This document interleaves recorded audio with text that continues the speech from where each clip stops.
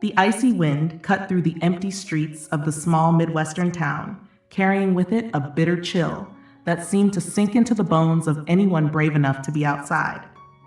Jake, just 12 years old, tightened his grip around his little brother, Lucas. At only 3 years old, Lucas was too small to understand the danger they were in, but Jake could feel the weight of it pressing heavily on his young shoulders. The thermometer outside the old hardware store flickered faintly, its cracked glass reading a bone-chilling -10 degrees. Jake pulled off his threadbare coat, the only one he had, and wrapped it around Lucas, tucking the edges as tightly as he could. His own body shivered violently, but he didn't care. Lucas had to stay warm. That was all that mattered. The town wasn't always like this. It used to hum with life, fueled by the factory that stood proudly on the edge of town, used its smokestacks once billowing clouds of industry and opportunity. But when the factory shut down last year, everything crumbled. Families left in droves, storefronts boarded up, and those who stayed behind found themselves fighting for scraps of hope. Jake and Lucas had already lost so much. Their parents had been taken from them in a car accident, leaving the brothers to fend for themselves in a world that seemed to grow colder every day. The town's small homeless shelter, crammed into an old church basement, was the only place offering them any kind of refuge. But tonight, even that refuge failed them.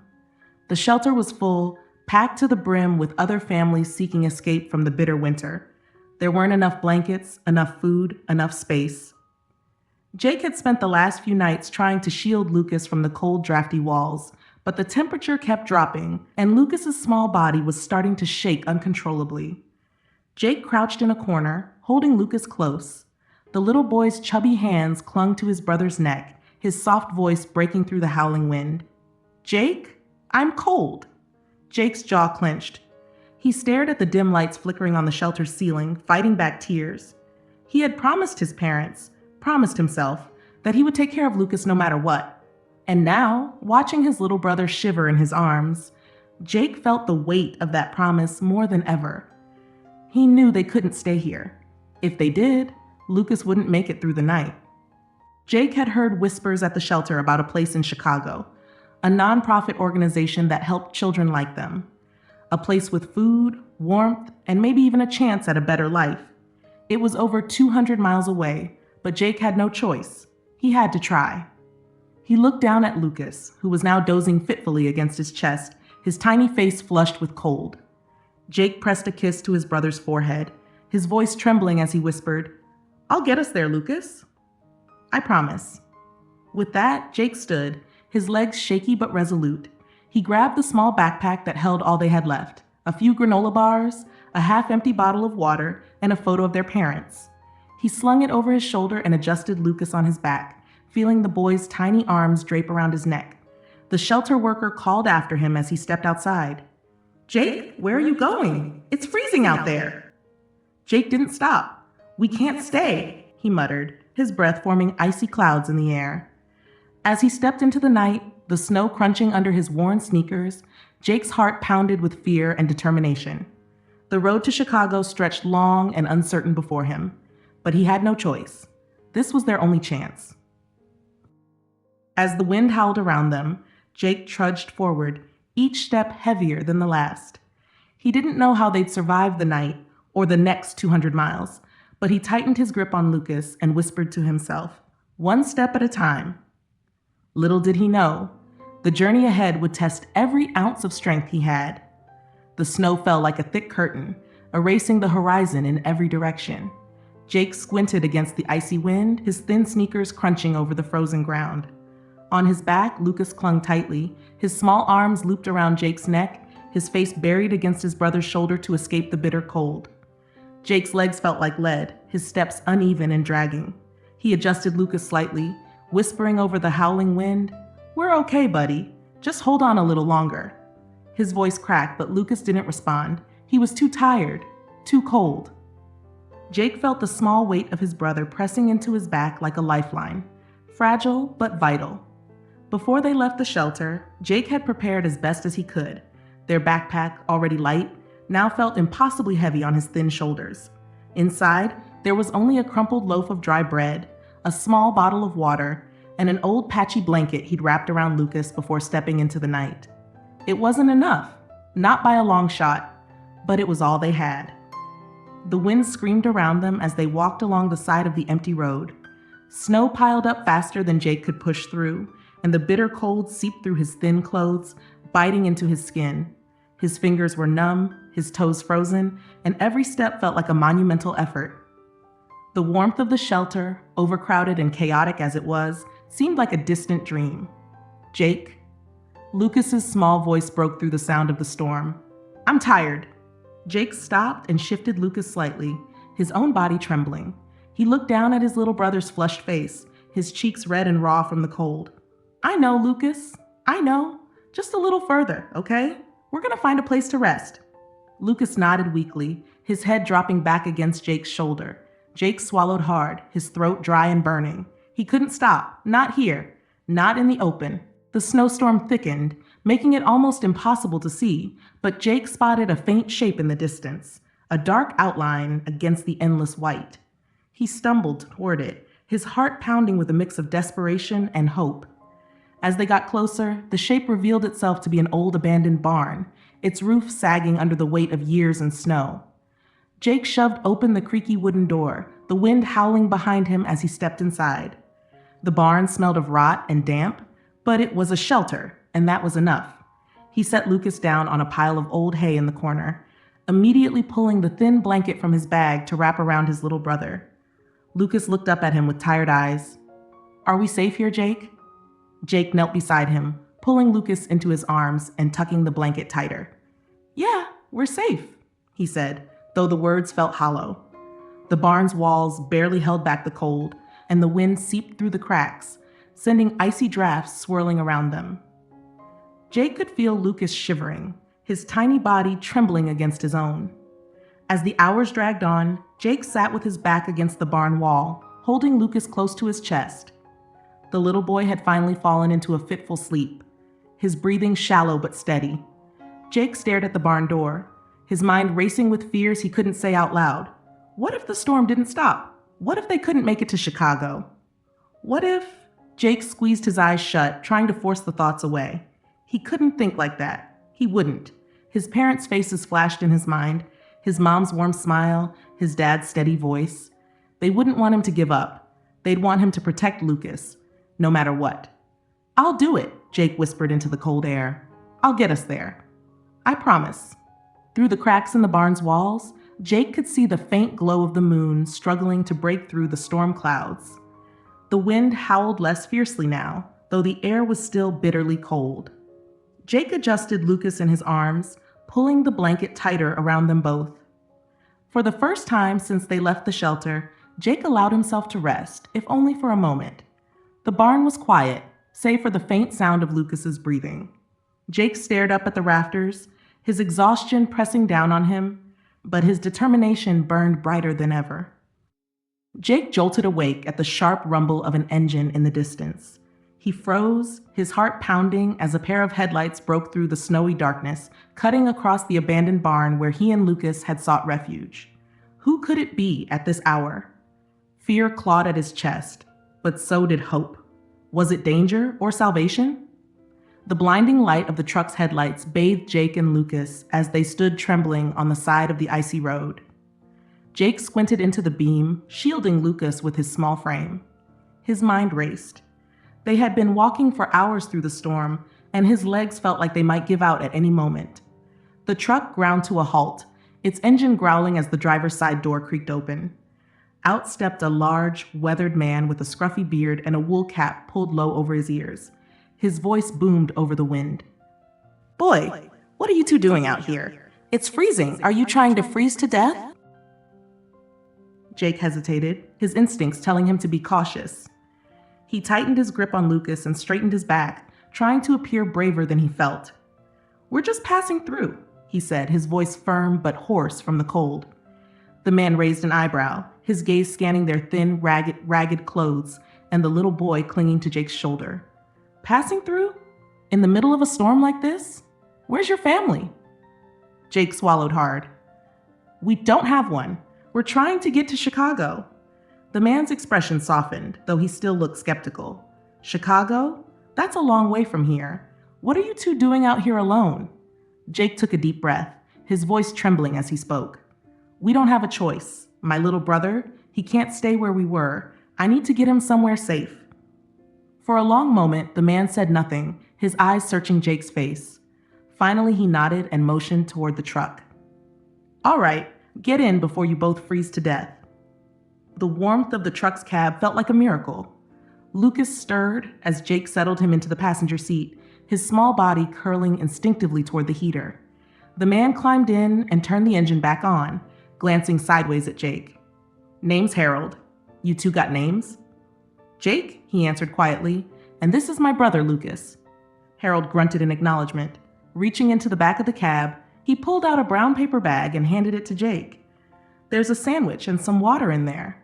It ain't much, but it's better than nothing. Jake's stomach growled as he unwrapped the sandwich, dividing it carefully so Lucas could have the bigger half. The boy's eyes lit up as he nibbled at the bread, his tiny hands clutching it like a treasure. Jake whispered a quiet thank you to Harold, who waved it off gruffly. You kids got guts. I'll give you that, Harold muttered, his eyes fixed on the snowy road ahead. But guts won't get you far out here. You're lucky I came along. Jake nodded, his chest tight with gratitude and exhaustion. He wanted to say more, to explain everything, but the weight of the past few days was too much. For now, he let the hum of the engine lull Lucas into a peaceful sleep. When the truck rolled to a stop on the outskirts of Chicago, Harold turned to Jake. This is as far as I can take you. But listen, kid, be careful out there. Not everyone's going to look out for you the way I did. Jake nodded solemnly, lifting Lucas onto his back once more. Thank you, he said earnestly. Harold watched them go, his gruff exterior hiding the lump in his throat as he whispered, Good luck, kid. As Jake and Lucas made their way into the city, the towering buildings and bustling streets felt like another world compared to the quiet desolation they'd left behind. But Chicago was not without its dangers. The sun had begun to set when they stumbled into a small alley, seeking a brief respite from the chaos. That's when they saw them, a group of ragged teenagers, their eyes sharp and restless, watching Jake and Lucas like predators sizing up prey. Hey, kid, one of them called, stepping closer. What you got in the bag? Jake's heart pounded. He backed up, shielding Lucas instinctively. We don't want any trouble, the teenager sneered. Neither do we. Just hand over what you've got, and we'll leave you alone. Before Jake could respond, a voice rang out from the shadows. Leave them alone, Pete. The girl who stepped forward couldn't have been more than 16. Her dark hair was tied back, and her eyes, though tired, held a spark of defiance. Can't you see they're just kids? Look at them. Pete hesitated, then grumbled under his breath and stepped back. The girl approached Jake, her expression softening. My name's Diana. You're not from around here, are you? Jake shook his head. We're looking for a shelter for my brother. Diana glanced at Lucas, who was half asleep on Jake's back, and her face tightened with resolve. I know a place. Come on. Diana led them through the maze of alleys, her confident stride cutting through the growing darkness. Jake followed cautiously, his body tense but hopeful. When they finally reached the steps of a modest brick building, Diana turned to Jake with a faint smile. This is it. They'll help you. Jake hesitated, his gratitude mixing with exhaustion. Thank you, he said quietly. Diana shrugged, but there was warmth in her eyes. Take care of him, all right? And yourself. As Jake stepped into the building, holding Lucas tightly, he couldn't help but feel the faintest glimmer of hope. They weren't there yet, but they were closer. As Jake and Lucas entered the shelter, a pair of warm hands reached out to guide them inside. The warmth and safety should have felt comforting, but behind the welcoming smiles, Jake couldn't shake the feeling that their journey wasn't over. Not yet. Lucas's small body burned with fever, his face pale and damp with sweat. Jake's heart raced as he cradled his little brother closer, the boy's limp arms draped over his shoulders. Snowflakes fell steadily around them, but Jake barely noticed the cold biting through his clothes. His breath came in short, desperate bursts as he stumbled down the dark, frozen street. Please, he whispered into the night, his voice cracking. Someone, help us.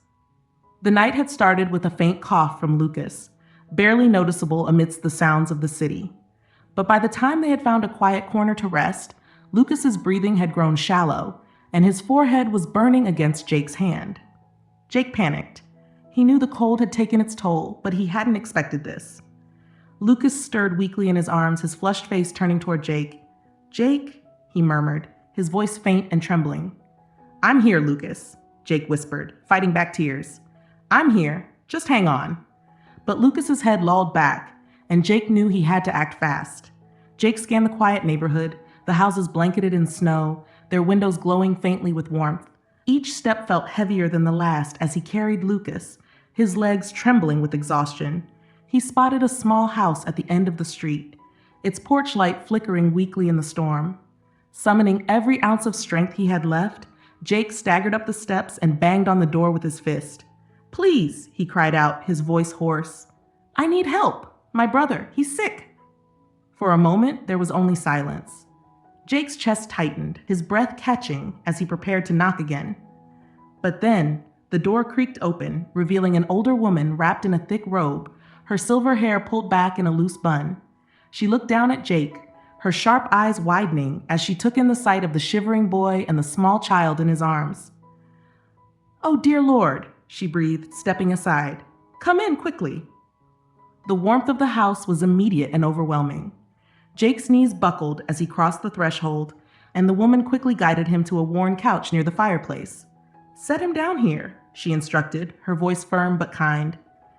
Jake gently laid Lucas on the couch, wrapping the blanket from his backpack around him.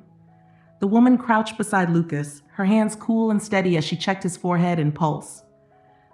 "He's burning up," she murmured, her brow furrowed. "What happened to you two?" Jake hesitated, his hands trembling. We've been walking, trying to get to Chicago. He's my brother, and he got sick." The woman, Mrs. Smith as she later introduced herself, nodded, her expression softening. "You're lucky you found me when you did. This boy needs care, and fast." She moved quickly, fetching a damp cloth to place on Lucas's forehead and a thick quilt to wrap around Jake's shaking shoulders. Then she disappeared into the kitchen, returning moments later with a bowl of warm soup and a steaming mug of tea. "Eat," she ordered, handing them to Jake. "You need your strength if you're going to help him." As Jake sipped the tea, warmth spreading through his chest, he watched Mrs. Smith work. Her hands were gentle but confident as she tended to Lucas, coaxing him to take small sips of water and murmuring soft reassurances. For the first time in what felt like days, Jake felt a glimmer of relief. Someone was helping. He wasn't alone. "You're a brave boy," Mrs. Smith said after a while, her voice soft. "Taking care of your brother like this, but you shouldn't have to do it all on your own." Jake looked down, his fingers gripping the warm mug tightly. "I promised my mom and dad I'd take care of him," he said quietly. "It's just what I have to do." Mrs. Smith's expression turned wistful, her eyes glistening as she reached out to place a hand on Jake's shoulder. "And you've done a remarkable job," she said. "But even the strongest people need help sometimes." The storm raged on through the night, but inside the small house, the warmth of the fire and the kindness of Mrs. Smith wrapped around Jake and Lucas like a protective shield. Lucas's fever began to break as the hours passed, his breathing growing steadier. By morning, his cheeks had regained a faint pink hue, and his tiny hand reached out for Jake's. Jake exhaled a shaky breath, tears of relief welling in his eyes. "You're okay, Lucas," he whispered, brushing his brother's hair back. "We're okay." Mrs. Smith appeared with a bundle of clothes, thick coats, wool hats, and sturdy boots. "You'll need these if you're going to keep going," she said, setting the bundle down beside Jake. "And don't worry about walking the rest of the way. I'll take you." Jake's head snapped up, his eyes wide with gratitude and surprise. You'll take us to Chicago?" Mrs. Smith smiled, her face softening. "Of course. No child should have to face what you've been through. Let's get you to where you need to be." The journey to Chicago was quiet, but filled with hope. As Mrs. Smith's old car rumbled along the snowy roads, Jake held Lucas close, his heart lighter than it had been in weeks. They weren't there yet, but for the first time, Jake felt like they might actually make it. Lucas's small body burned with fever, his face pale and damp with sweat. Jake's heart raced as he cradled his little brother closer, the boy's limp arms draped over his shoulders. "We'll take care of Lucas," the social worker said firmly, her voice calm but unyielding. Jake's grip on his little brother tightened, as if he could shield him from the world with sheer will.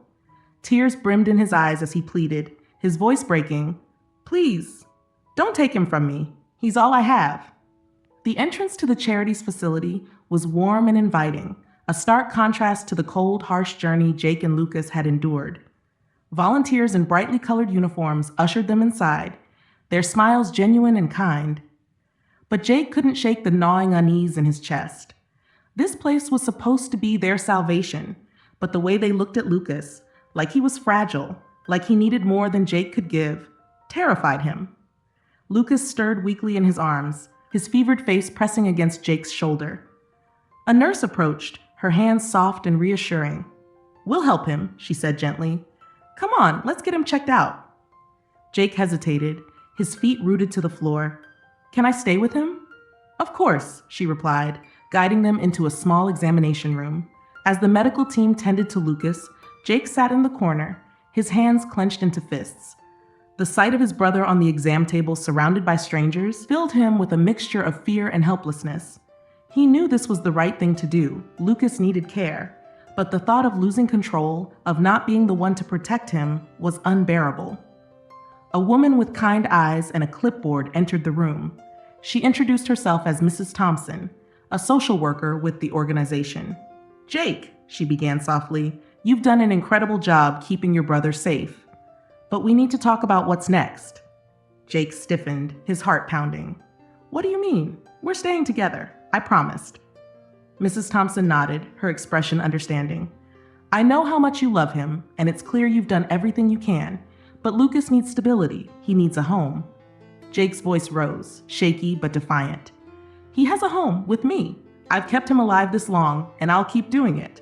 I don't care how hard it is." Mrs. Thompson sighed, her voice steady but firm. "Jake, you're only 12. You've carried so much on your shoulders, more than any child should have to. But there are resources here that can help both of you. We're not trying to take Lucas away from you." Despite her reassurances, Jake couldn't quell the rising panic. Hours later, after Lucas had been fed and given medication to break his fever, Jake found himself in a small office with Mrs. Thompson.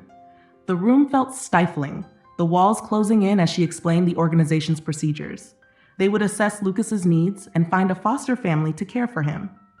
Jake jumped to his feet, his voice trembling with anger and fear. "No, you can't take him. He's my brother. I promised my mom and dad I'd take care of him." Tears streamed down his face as he clung to Lucas, who had fallen asleep in his arms. "Please," he whispered, his voice cracking. "Please don't take him from me." Mrs. Thompson watched him for a long moment, her heart aching at the raw emotion in his words. She saw more than just a desperate boy. She saw courage, determination, and an unbreakable bond between two brothers who had been through so much. She took a deep breath and knelt beside Jake, her voice soft but resolute. "Jake, I believe you. I believe in your love for Lucas. And I'm not here to break that bond. But you both need help, real help." Jake's tear-filled eyes met hers, his defenses wavering. "What kind of help?" Mrs. Thompson smiled gently. "There's a group home here run by this organization. It's not like the shelters you've stayed in before.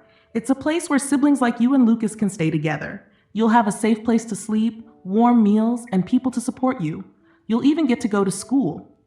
Jake hesitated, his mind racing. "We'd stay together? No one would take him away?" "Exactly," Mrs. Thompson said firmly. "You'll stay together, and you'll have people to help you, so you don't have to do it all on your own anymore." For the first time since their parents died, Jake allowed himself to hope. The weight he had carried, the sleepless nights, the endless worry, felt just a little lighter. He glanced down at Lucas, who stirred in his sleep, his small fingers curling around Jake's shirt.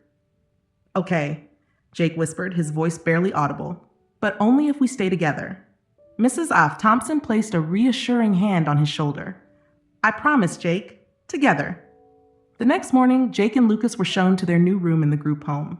It wasn't large, but it was warm and inviting, with 2 small beds covered in colorful blankets. A shelf held toys and books, and a window overlooked a small playground. As Jake set Lucas down on one of the beds, his little brother opened his eyes and smiled faintly. "Jake, are we safe now?" Jake knelt beside him, brushing a strand of hair from his forehead. "Yeah, buddy," he said softly. "We're safe." As Jake tucked Lucas into bed that night, he looked out the window at the faint glow of the city lights. They had come so far, but he knew their journey wasn't over. This was a new beginning. But could he truly trust this place to be their home? For the first time in years, laughter echoed through the crisp morning air. Jake pushed Lucas on a swing, the 3-year-old's giggles ringing out like a melody of hope. The sun warmed their faces, and for once, Jake wasn't looking over his shoulder. He wasn't running. They were safe. The first few days in the group home felt surreal. The warmth, the kindness, the steady meals, everything was a stark contrast to the survival mode Jake had been stuck in for so long. At first, he couldn't relax. Every sound, every passing face made him tense, as if someone might still try to separate him from Lucas. But slowly, the walls he'd built around himself began to crack. Lucas, meanwhile, thrived. Surrounded by other children and caring staff, he regained the spark that Jake feared had been lost. He played with toys, colored with crayons, and laughed. Really laughed. Every time Jake saw his brother's smile, it eased a little of the burden he'd been carrying. One afternoon, Jake sat with Mrs. Thompson in her office. The small room was cluttered with books and framed photos of smiling families, proof of lives transformed by the organization's work. "Jake," she began gently, "I wanted to talk to you about your future." Jake stiffened. "I'm not leaving Lucas," he said quickly, his voice firm. Mrs. Thompson smiled. "I wouldn't dream of it, but I want you to think about what's next for both of you. You've done so much to protect your brother, but now it's time to focus on yourself too. You're a bright kid, Jake. You deserve a chance to learn and grow." That conversation stuck with Jake. Over the following weeks, he started to see the possibilities in front of him. With Mrs. Thompson's help, he enrolled in a nearby school. It was strange at first, sitting in a classroom after so long, but he found himself enjoying the structure, the chance to learn without worrying about where their next meal would come from. Jake also started working part-time at the group home, helping with chores and mentoring younger kids. He took pride in the work, knowing he was giving back to the place that had saved them. Lucas blossomed in the nurturing environment. The staff encouraged his curiosity, and he quickly became a favorite among the other kids. His health improved, and his once fragile frame grew stronger. He adored the playground, where he and Jake spent hours chasing each other and playing on the swings. One sunny afternoon, Lucas ran to Jake with a wide grin, holding up a small flower he'd picked. "For you, Jake," he exclaimed, his tiny hands outstretched. Jake knelt down, ruffling Lucas's hair. "Thanks, buddy," he said, his voice catching slightly. Moments like this reminded him of why he had fought so hard. The group home became more than just a shelter. It became a place of healing and growth. Jake made friends with the other kids, bonding over shared struggles and dreams for the future. For the first time, he allowed himself to dream, too. He thought about what his parents would have wanted, for Lucas and for him. One evening, as the sun set over the city, painting the sky in hues of orange and pink, Jake and Lucas sat together on the swings. The playground was quiet, the air cool but comforting. Lucas leaned his head against Jake's arm, his small voice breaking the silence. "Jake, are we going to stay here forever?" he asked, his big eyes searching his brother's face. Jake smiled softly, wrapping an arm around Lucas's shoulders. "I don't know, buddy, but wherever we go, we'll be together, I promise." As they laughed and played under the fading sunlight, Jake felt a weight lift from his chest. For the first time in what felt like forever, he wasn't consumed by fear or worry. Instead, he felt hope. Hope for a future where they could both thrive. He glanced at Lucas, who was now running across the playground, his laughter filling the air. The sound was pure and joyful, a melody Jake hadn't realized he'd been longing to hear. A sense of peace settled over him. They had found safety, love, and a chance to rebuild. And for the first time, Jake allowed himself to believe that they truly had a future, together. As the playground lights flickered on and the brothers made their way back inside, Jake couldn't help but wonder, what challenges lay ahead? Could he truly hold on to this newfound sense of stability? The warmth of the group home embraced them as they stepped inside, but Jake's thoughts lingered on the uncertainties of the future.